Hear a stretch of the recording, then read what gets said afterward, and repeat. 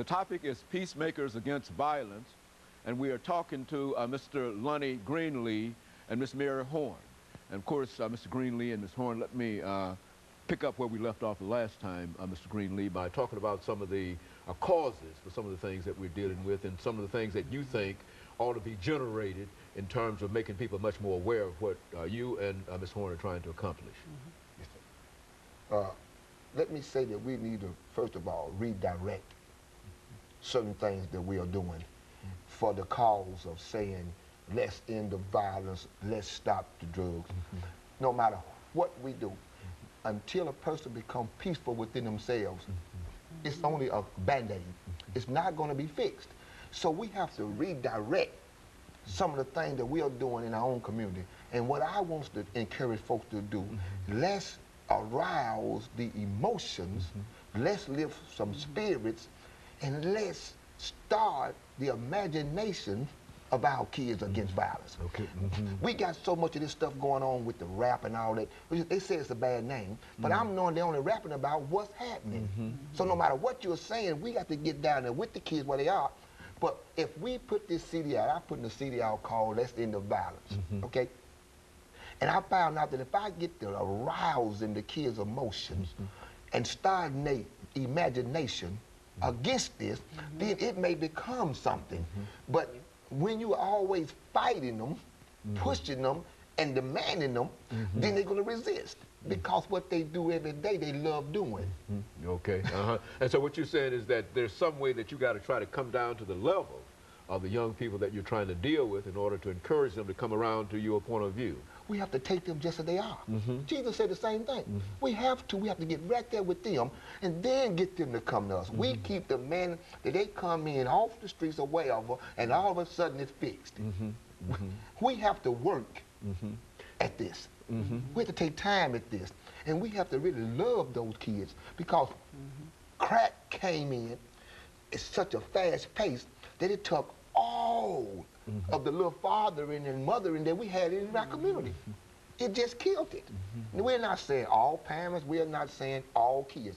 We're saying that this thing has become a problem. These kids are killing at the age of 14 now. This has become a devastating, this is like a state of an emergency. It is, it is. Okay? If we don't start at this young age and develop something else, man, we are in trouble for the long run. Now, I'm pleading to everybody out there. I'm saying I got a CD. I'm saying you keep saying there's not this and there's not this. I'm saying they listen to rap music. I took a 19-year-old made the beats. I took a 19-year-old started rap, and I took two older guys, about 28 and 30, and I put all the information that I had into them to come up with these different songs. And one of the main songs that I want people to listen to is drugs is a neighborhood killer. Okay. Violence is a neighborhood killer. Guns is a neighborhood killer. Silence, are you the neighborhood killer? So silence can also be a neighborhood killer. Yes. Sitting back in silence, waiting.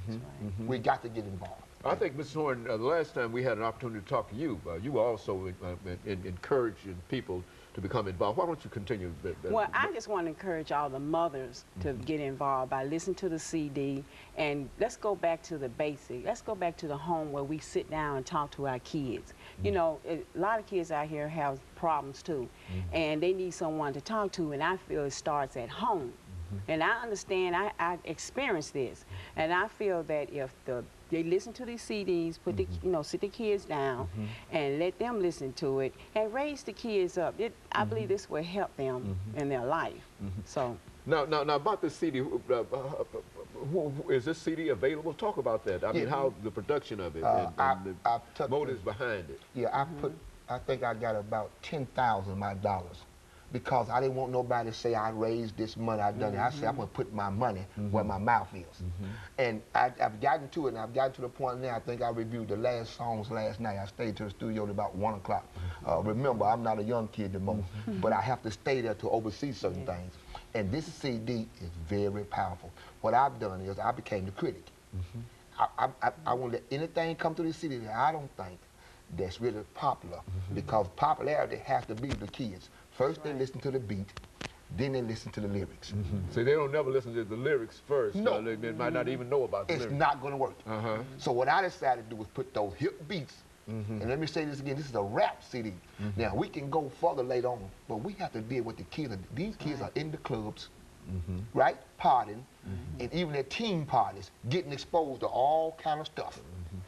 So my thing is, at-risk communities, clubs, parties, I want this CD played. I want every single family in Davidson County, United States, to have this CD. If your kids are not ready to listen to it, then you become the kid. Put in your CD, let them start listening to it, and then let their imagination and their emotions start to arouse to something different. You keep saying about this 20s and the dope and the hoes and all this kind of stuff you want to say. Whatever you want to say about these rappers. But now you got an opportunity to have something else different. Now, how would a person, excuse me, how would a person get such a CD? Mary has all that information. We got a P.O. box, you got my cell number, we got a website. You can look at the website, punch in, it'll go straight to that. And I also think we have a flyer, a placard that you brought with you that we can flash onto the screen here. Yeah. And whenever you see that, get involved. And then we got all kind of donation things going to be all over the town, and every time you get enough to buy a CD, I will give that CD away free. So anybody who wants to buy this CD in bulk, I got bulk prices for it, where I can go to all my events and give this thing away. It's a must that these kids get another eyesight and another sound of this tragedy. So it's the information is important, that these young people understand the consequences of some of the things, and that's what the CD will bring out. Absolutely. I mean, you can't see. Every time we talk to them, it's like we're pushing them. But let that music do it. You know, that music has a way of soothing the savage beast.